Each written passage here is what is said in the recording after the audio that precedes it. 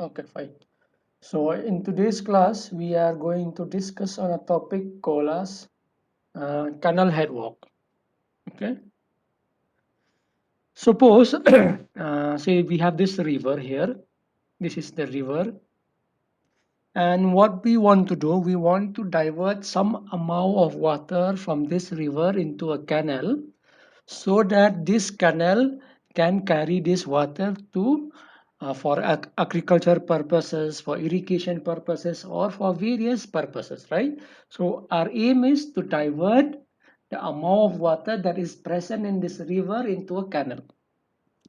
So for us to be able to do that, what we have to do, we have to construct some kind of a structure or some kind of a walk here so as to raise this the level of water, to raise the head of the water.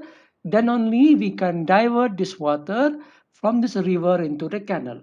Okay, so this construction that we have to construct across the river in order to raise the level of water so that we can divert it into a canal, this kind of a walk is called as canal head walk or just head walk. Okay, so if you see here, the walk constructed at the head of the canal in order to divert the silt free water is called as a diversion head walk. That means whatever water that we are diverting from this river into the canal should be free from silt. So we are going to see about this thing, the canal head walk. How can we divert the water from the river into the canal? What are the various components of this structure that we need to construct in order to divert the water from the river into the canal? Okay, so the various type of canal head walk can be of two types. Broadly, it can be classified into two types. One is called a storage head walk. For example, if we construct this structure here just to store the water,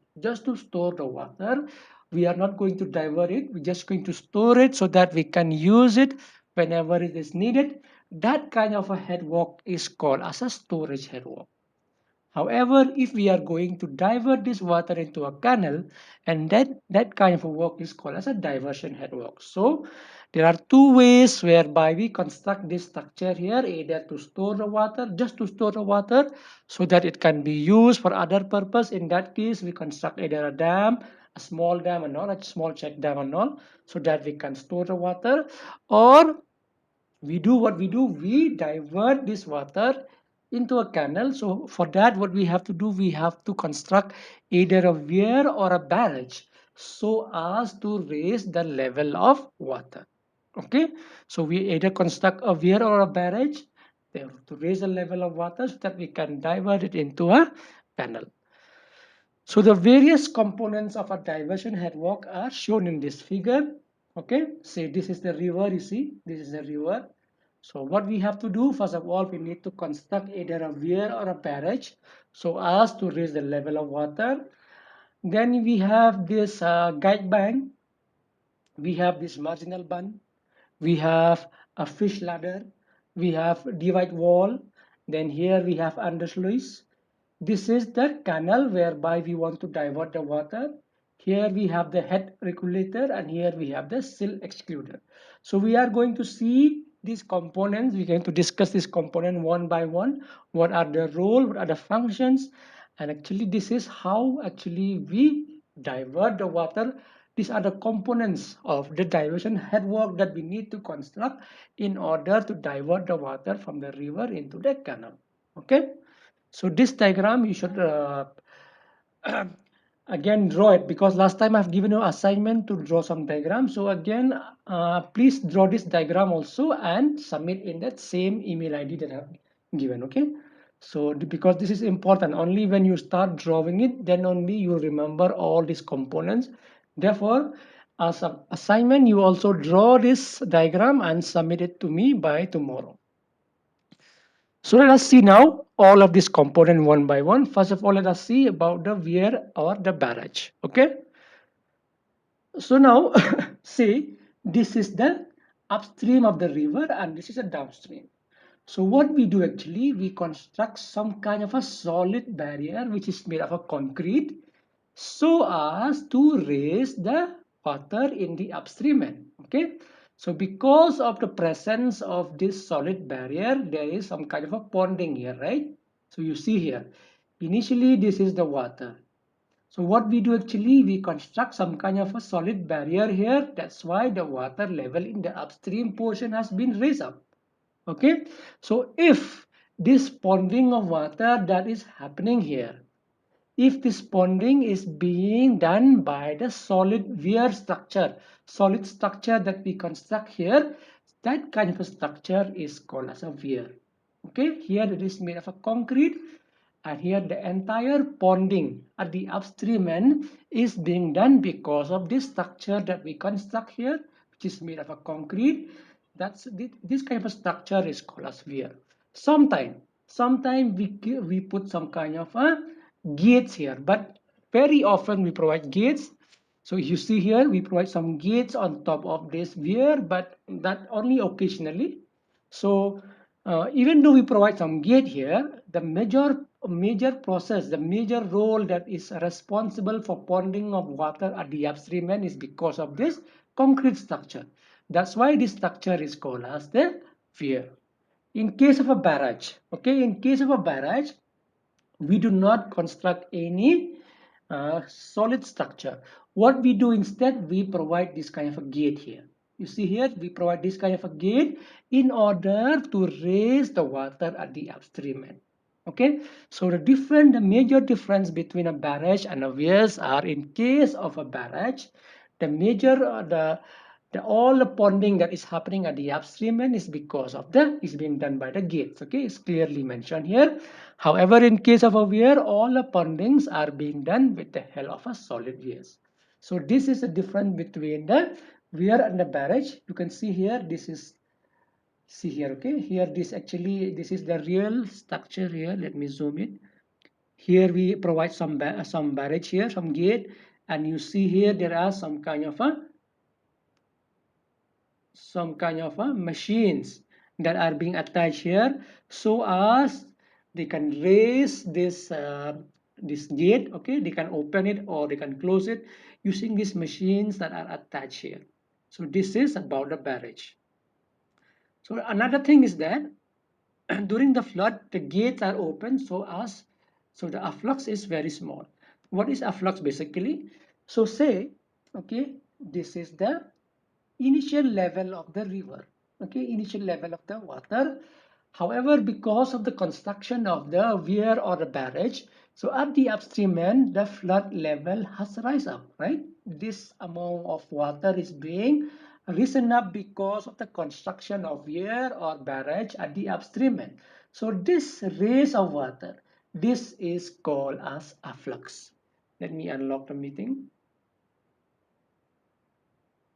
Okay, so this is called as the afflux. So you should remember this thing. Afflux is nothing but the rise in maximum flood level at the upstream end due to the construction of weir or barrage. Okay, so we have studied about the first component, this component. So what is weir and barrage? Basically, for us to be able to divert this water from the river into the canal, we need to raise the level. That's why we construct a weir or a barrage. The difference between them is that in case of a barrage we put some gates, okay, in case of a weir it's just a solid structure. So is it clear here? Is it clear to everyone what is a weir and barrage? Is it clear? Yes, sir. Okay, fine then. Now let us see the other components. Okay, so here the next one we'll see is the guide bank and the marginal bunds. So guide banks are nothing but they are constructed in order to guide the river into a restricted area. So if we do not provide these guide banks, then the water will flow, okay, somewhere here, somewhere here. So we need to guide the river to flow into a restricted path so that only we can raise the water level, right? So we narrow down the length of the river so as the flow will be more, and then only we can raise the level of water. That's why this is the role of the guide bank.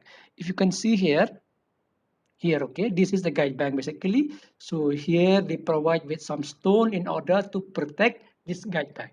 So this is how we guide the river so that it will flow into a particular path so as to raise the level of water. And then the marginal bunds. So now, because what happened, now we have guided the river here, we have restricted the flow.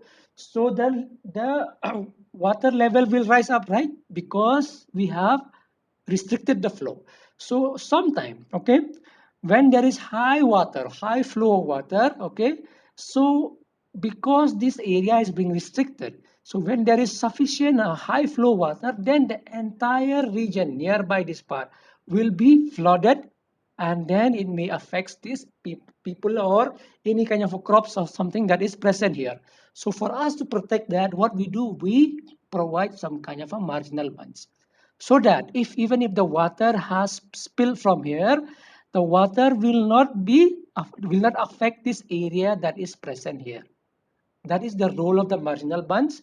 So whatever water that is spilled here because of the high flood water and all, so this area will be protected by these marginal bunds. Okay, so this is the role of the marginal bunds. They are provided on the upstream side in order to protect area from submergence due to the rise of water during flood level. So these marginal bunds are constructed till they join the contour that are having elevation more than the highest flood level. Okay, so they are constructed up to they join the contour, the elevation which have more elevation than the highest flood level. So we can be sure, okay, during the flood level that this area will not be affected. So this is the role of guide bank, marginal bunds, and the weir and barrage. So let us see the next one. Next one is the divide wall. Okay, this one, divide wall. So this divide wall, actually, when we construct the weir and barrages, okay, so we do not construct it for the entire stretch till it reach this diversion part. So we provide some kind of a wall called divide wall which separates the here the under sluice gate and the weir and barrage. So what is the role of this divide wall? Let us see here.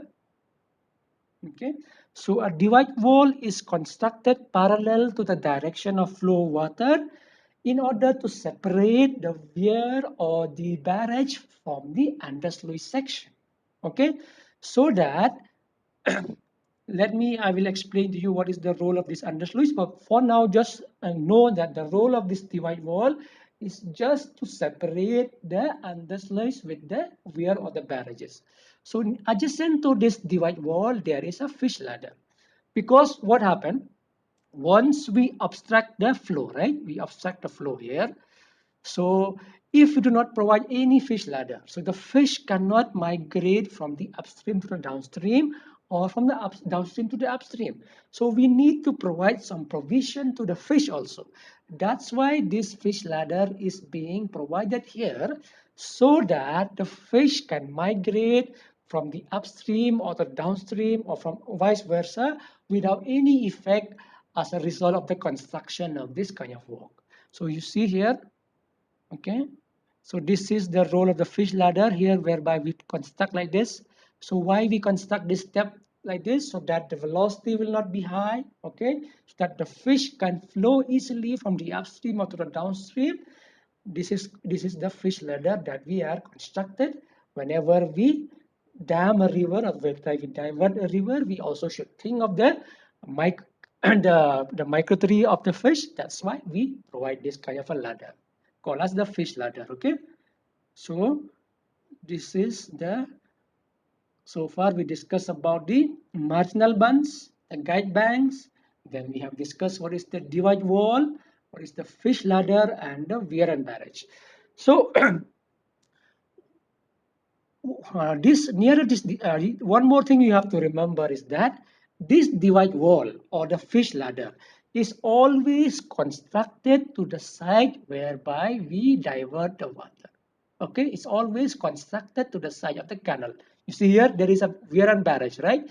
So this divide wall or this fish ladder should not be put here. It should be put on this side, whereby it is close to the tunnel where we divert the water. In case, here you see here, we divert the water only on the left side. So in case we divert the water here also, so the weir will be only up to this part, and then here we need to construct again the undersluice as well as the fish ladder and the divide wall here in case we divert the water this portion also. So wherever there is a canal, we have to provide the underslice, we have to provide the divide wall and the fish ladder in the same side with the canal. Okay, so this thing you have to remember. So now let us see what is the role of this undersluice gate. Okay, so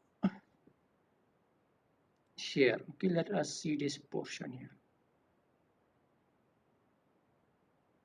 So here, okay, we're in the area where we divert the water into the canal. So here we should make sure that the flow here is not of turbulent in nature. If the flow is of turbulent in nature, then what happened?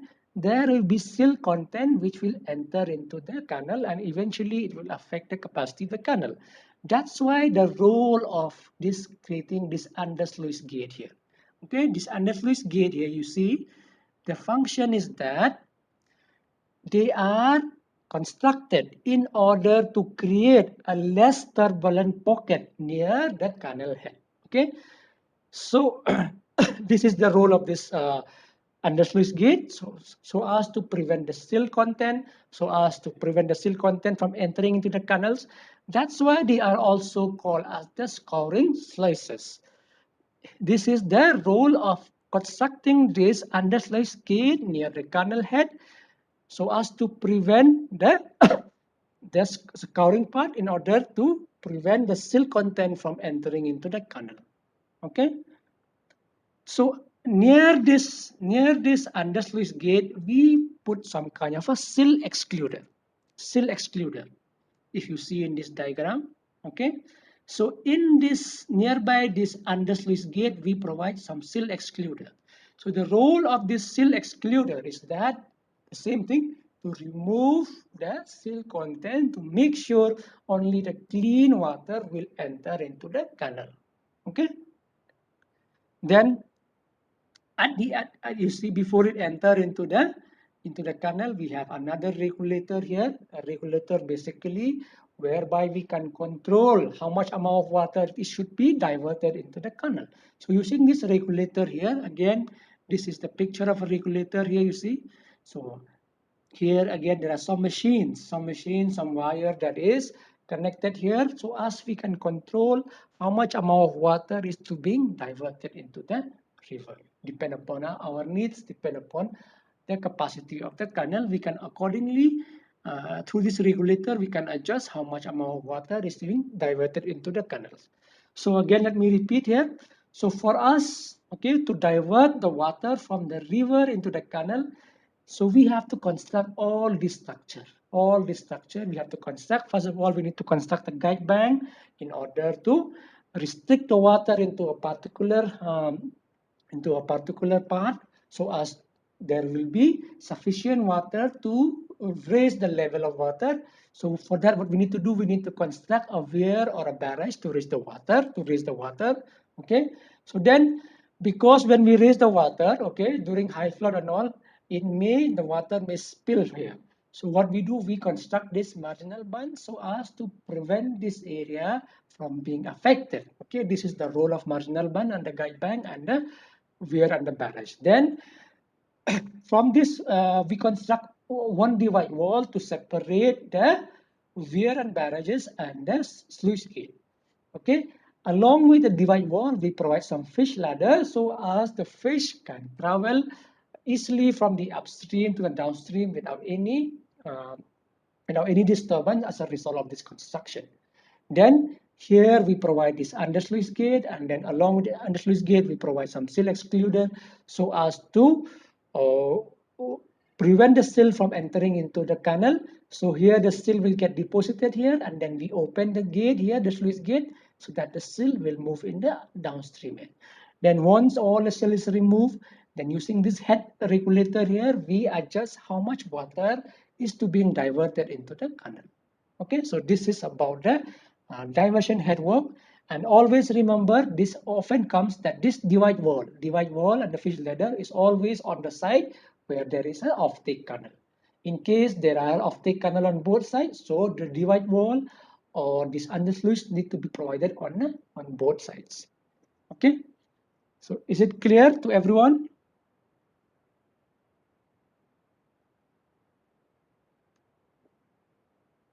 Okay, so what I will do, I actually there is one video I found which is very good. They have explained very good. You'll see the real structure, how they construct all this structure in the real field. So I will be sending that video link now in the group. So all of you, please watch that video so that all these parts will be clear to you. Okay, so you watch the video, you see how they select the site, how they select all this site, where to construct all this part. So I'll be sending that video link. So all of you watch that video link and then draw this diagram and mail it to me in the same email ID that you have submitted your assignment. Then mark your attendance in the same Google Sheet that you used to mark your attendance. Okay. Thank you then. I will send you the link. Everyone, please watch that video link. Okay. Thank you, everyone.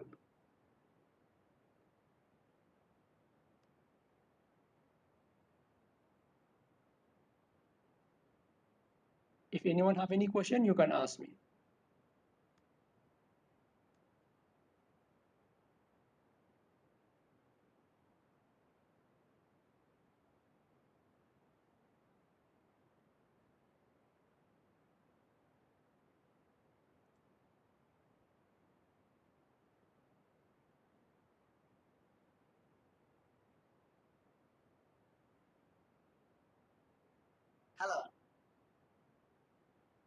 Let me search that.